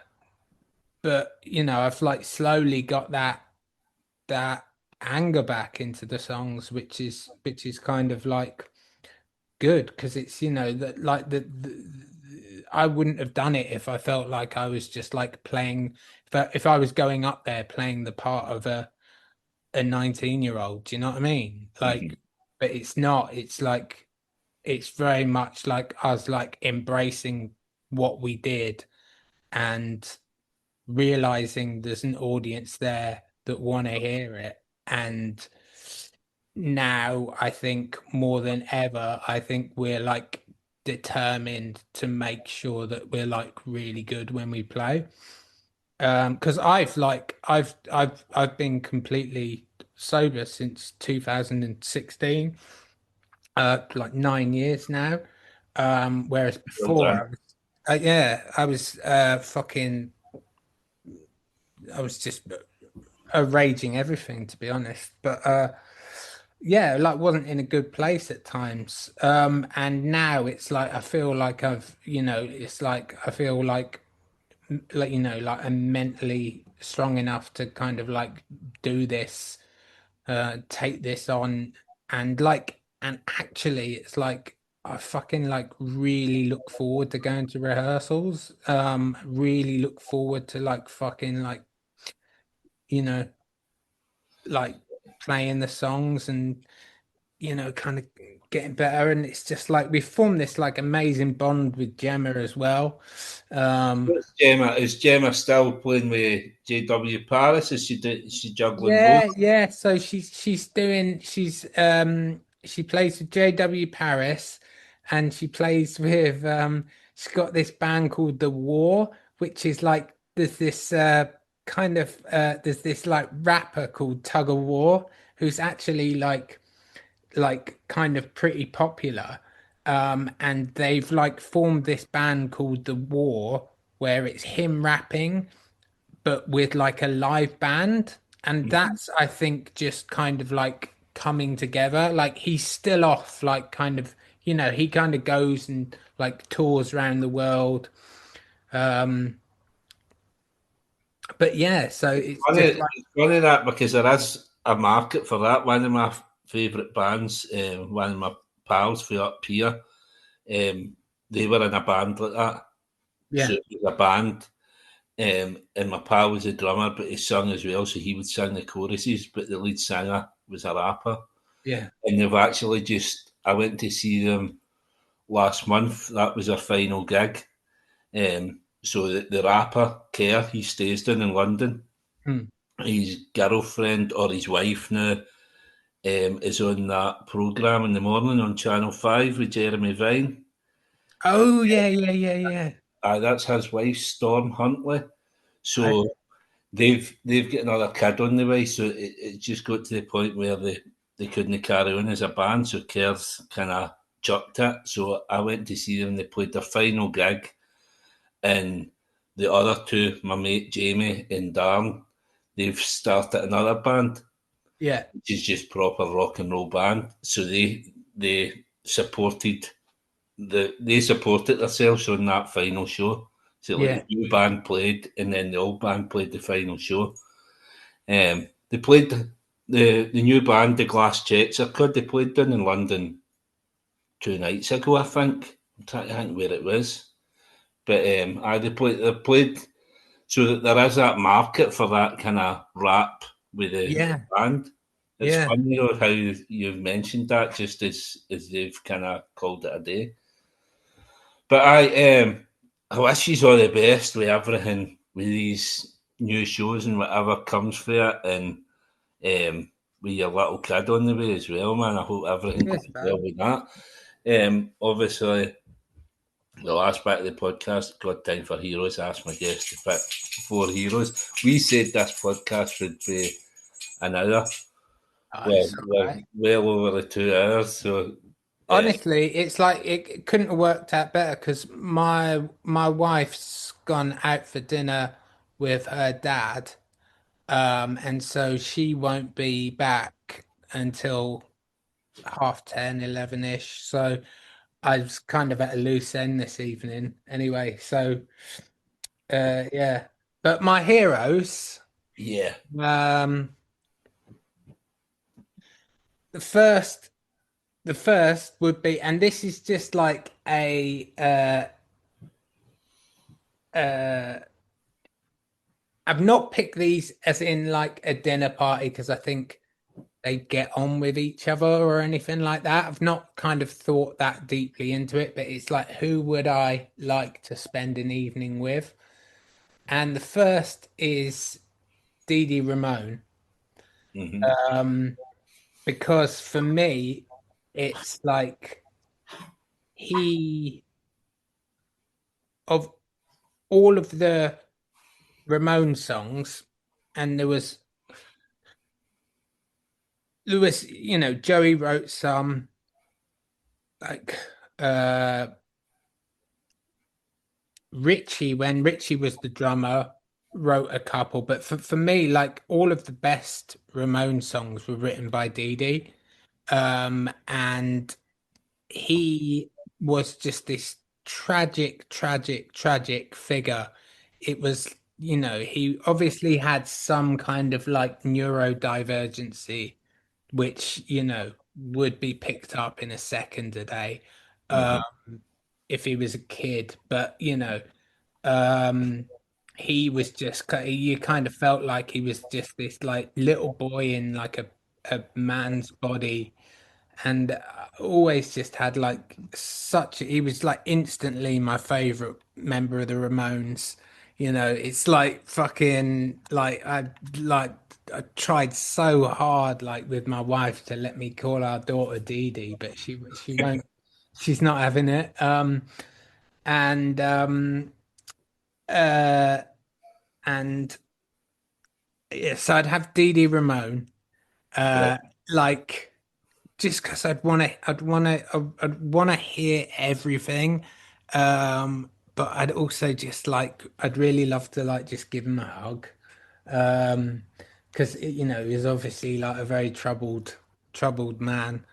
So Dee Dee Ramone, and then on the flip side of that, like completely different character, I'd have Frank Black from the Pixies. Hmm. Because for me, he's my all-time favorite songwriter. Um, you know, like the first, I'd say the first three, and possibly you could make an argument that the first four Pixies albums are all pretty much perfect, or to me they are, and it's very rare that you get that. Um, and he again seems like a very interesting character. Um, Kind of like he's got kind of quite a mysterious relationship with religion. There's a lot of like references to the Old Testament in his lyrics, and um, he's there's stuff known about him. It's not as if he's this enigma, but he's not, again, probably because the Pixies, in my mind, the Pixies should have been bigger than Nirvana. Like the Pixies should, like, I don't understand why the Pixies weren't the biggest band in the world. Like in the same way, I can't understand how the Ramones weren't the biggest band in the world. Like, I can't understand why people in the 70s would still be going to see the Rolling Stones when they could go and see the Ramones, you know? Mm. Um, so I'd have Frank Black, and then not a musical guest, but just because I'd be in complete awe of the man, and also I think he'd be fucking a lot of fun. I'd have Diego Maradona. I Right. think I think obviously if you look at numbers and you look at it, and you look about it in a very sensible way, like Messi is the greatest footballer to have ever lived. But like Messi wasn't fighting something in his head in the same way Maradona and the same way Gascoigne was. And I think Messi had a clear head and allowed himself to become what Yeah. what Gave yourself the best opportunity. exactly, like Whereas kept, Maradona kept with too himself many obstacles. kept himself fit. And like you'll say, and like it's hard to argue with people when they say, Messi has overtaken Maradona as being the best player in the world. And then you go back and you watch that goal against England in the 1986 World Cup, and it's like Messi's not doing that. Like Mhm. Messi's not picking up the ball in his own half. Like they're like the same height. They're like 5'6", both of them. Like Maradona, just like this tiny little man, this like little bulldog of a man, just goes past the entire England team like they're not fucking there, and then puts it in the net, and you're just like, that's like a different level. It's like he had like Messi had the confidence, but Maradona just had confidence and arrogance, but like the right kind of arrogance, if you know what I mean. He had like that thing in his head where it was just like, no, I'm gonna do this. And I mean, that goal for me as a Scotland fan is one of the most beautiful goals I've ever seen. Eh, Honestly, I like my first memories of football were Italia 90. So I was too young for 86. I probably feel very differently about the whole hand of God thing if I'd have had to go through it, because I was in floods of tears when we went out to Germany in Italia 90. I was only very little, but I remember I'd my mom had bought me, I'd got the England goalie shirt. I'd got the Peter Shilton goalie shirt for my birthday that year.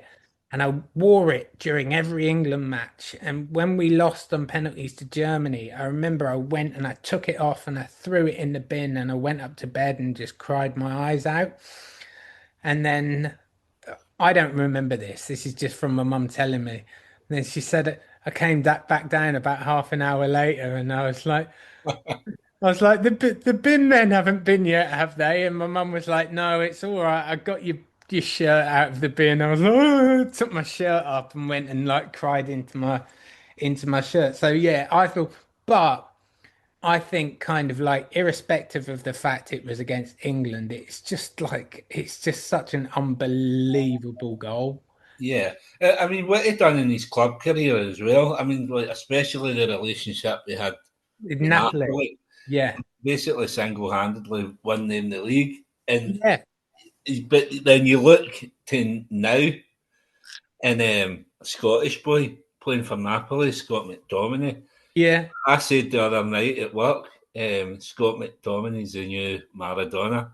yeah. And they'll be building a statue for him outside Napoli. But I You mean got that's that sort of club as well, where if you perform for them, you're a hero for. Honestly, like I went to Naples and I couldn't believe it. The place is still a fucking shrine to Maradona. Mm, Like it's everywhere. It's just like that place will always. It's just like, and it's just like Napoli have never been like a big club. They've never been like it would have been kind of the equivalent of if he'd have come to Villa or yeah, maybe Tottenham at the time. Do you know what I mean? I know Tottenham were like successful in the 60s, but it's not like he went to one of the big clubs. He went to Barcelona and he was fucking brilliant at Barcelona, but they were just like, he's kind of too big for his boots. Like I think they realized he had a bit of a cocaine habit, and they're like, we can't be having that.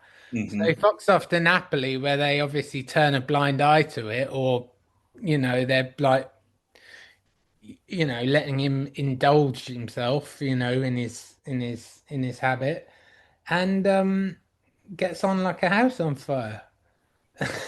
yeah.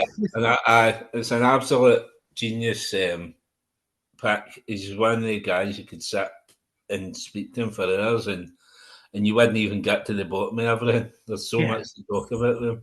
yeah, yeah. It's like for me, it was a toss up. Uh, it was in my head. It was a toss up. I was either going to pick George Best. Well, that's what I was going to say. The two of Yeah, them, you kind of, they're the same kind of. yeah. It's that flawed genius. It's like to be honest, I don't think I could actually put up with like Gaza for an entire evening. I think he'd do my head in. Um, but again, he was very much in a similar mold. And then like to a lesser extent, you've got like characters like Stan Bowles and like Robin Friday, and they're like people that I would have like fucking like loved to have like like properly just spent an evening with, like just like back when I used to drink, it would be like that would be the ideal like kind of person to sit down and get wrecked with and just like just let them talk. Yeah, brilliant choice. And then my last one, weirdly enough, was Jesus. I'd have Jesus Christ. Like because I think in my in my mind, and I think I don't think many historians would like try and argue with the fact that Jesus didn't exist. I mean, he was like, you know, definitely a person that existed, but the the stories of him weren't first written down until 500 years after he died.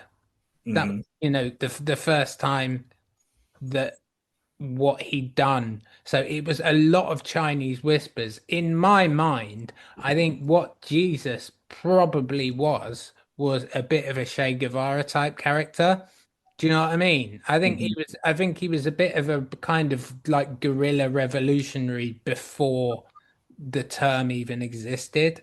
And I think he kind of like was shaking up society, and so they killed him. Uh, Much like they do with anyone that kind of tries to shake up society, they just bump them off. So I'd like to. I mean, I think it would be fucking hilarious to have Jesus like fucking like have to like try and like work out what the fuck Maradona was on about, and then like just like try and like get his head around the Didi Ramon as like as an entity. Um but yeah, no, I'd definitely have Jesus, and I'd be like, so like, you know, like what were you really up to? Like you were shagging that prostitute, weren't you? Like you were shagging Mary Magdalene. Um and it's like I think from what I know about Jesus, like I think he was a really good bloke and he was onto a really good thing. And then what he did and what he said has been diluted and then used as a tool, you know, in the same way that, kind of anyone that comes around and wants to Yeah, yeah, 30. Do you know what I mean? In the same way, very much like I think like Martin Luther King has been like turned into this almost like saintly saintly, kind of figure. Um and I don't think he was by any means that. Like, if you read about his life before, he kind of had this mantle thrust upon him. It's just like he lived a life. He got up to some stuff. And I think, kind of these people that come along and have such an impact on society just get weaponized. yeah. And you know what I mean? And like I think the reason these people are held in such high esteem is because deep down people can see the realness in them as well, and that Mm, they're the same as you and me. yeah, yeah. That it goes back to what we said about Maradona, the flawed genius. That all these people have got their flaws, and that's what makes them real. Yeah, it's because it's just like, like I was never like a big David Beckham fan, but what I liked about him was that he got sent off in the World Cup. He got England knocked out of the World Cup because he did something stupid, and it's just like if by some in some parallel universe I ended up going to a World Cup with England. You I do could, this, man. I'd probably get myself sent off. Like, do you know what I mean? I'd probably do something fucking. Do you know what I mean? And it's those kind of like glimpses of like kind of like human frailty in these like idolized figures that make you really kind of warm to them. Do you know what I mean? I think that's Yeah, why people love Maradona in such a passionate way that they will never love Messi or they will never love Cristiano Ronaldo, especially because he's trying to present himself as too he thinks he's perfect. Jesus. What? He thinks he's Jesus. Yeah, You know. yeah. But they're all amazing choices. Brilliant heroes. Mm. Maradona been picked a few times. Jesus has actually been picked a few times. I think Amy Jo Doherty picked Jesus last. Yeah. Um, I don't think he had any picks the same as Gemma, but Gemma picked, as I say, Gemma picked about 17 or 18 different. She couldn't narrow it down to four, so she picked about 17. And she holds the record for the most guests for a dinner party. What would you cook for them? Are you any good at cooking? See, I can cook two things. I can cook spaghetti bolognese and I can cook stir fry. Uh, Luckily, my wife is an absolutely brilliant cook. So I was going to, because like she'll probably, having said that, we've gone about on about 2 hours 20 minutes. She probably won't listen this deep in, but I was like in two minds. I was just like, should I pick my wife as one of my dinner party guests? Like, is it rude not to like pick I my suppose wife? well, she gets there by default anyway, didn't Yeah, she? yeah. Well, like I'd she'd probably insist on cooking. So whatever she was cooking, um we'd have. But I think I'd probably have to make sure there was like a decent supply of drugs there as well for Well, Diego and Dee Dee. And like maybe you never know, Jesus might get involved a bit. Like it's like yeah, yeah. No. absolutely brilliant. And Mm, as we said, maybe it'll last an hour. We're about 2.5 hours in. Been an mm. absolute pleasure speaking to you again. As when I had Ross on the last one, he was just over the 2 hour mark as well. So it must be a thing with you guys for that generation. There is so much to talk about now, and Yeah. there is so much appetite for it. As I mentioned, with Hope of the States and all these other bands that I've had on, there is so much appetite. So as Yeah. I said It, earlier, like, all it's the best. yeah, cheers, man. Like I was saying, it's just like I can see like, and if somebody doesn't do it, then I'll have a word with somebody and tell them they need to do it. Because with all of these bands reforming, it's like you can put like a day festival on in London and just have all of these bands from like 2005. Like, Yeah. do you know You what I see, mean?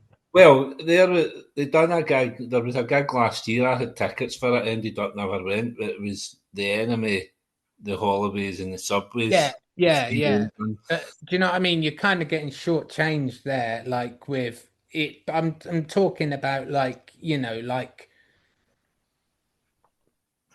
like top draw, Yeah, like do you know what I mean? Like really kind of like, like fucking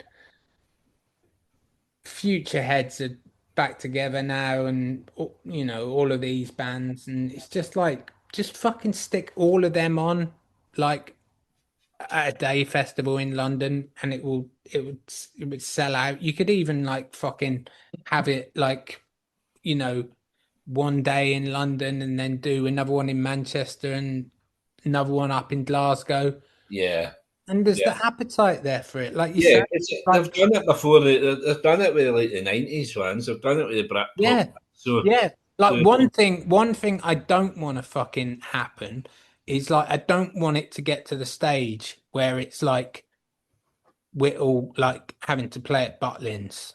Do you know what I mean? Like one of them where it's just like you know, you have these things, and it's like all of these 90s pop bands, and they'll play over a weekend at Butlins. Yeah.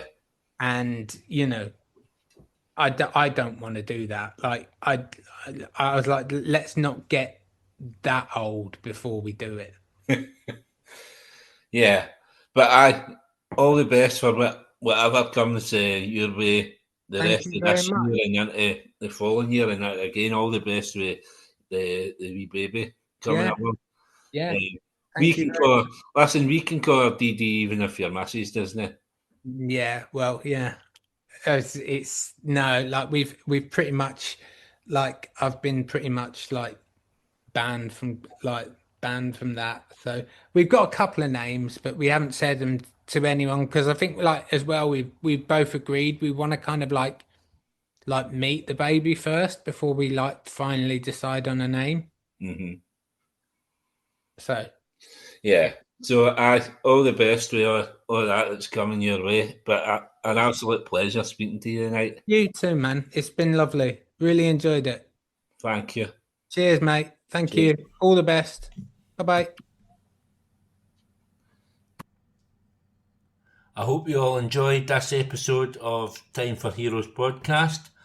If you would like to get in touch, the best way is on the Facebook page, Time for Heroes podcast, or on Instagram at Time for Heroes podcast, or Twitter at Time for Heroes P1, or drop me an email at timeforheroespod@gmail.com.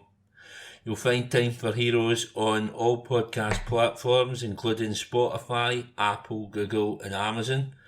Please leave a review where you can, share with others, and more importantly, enjoy.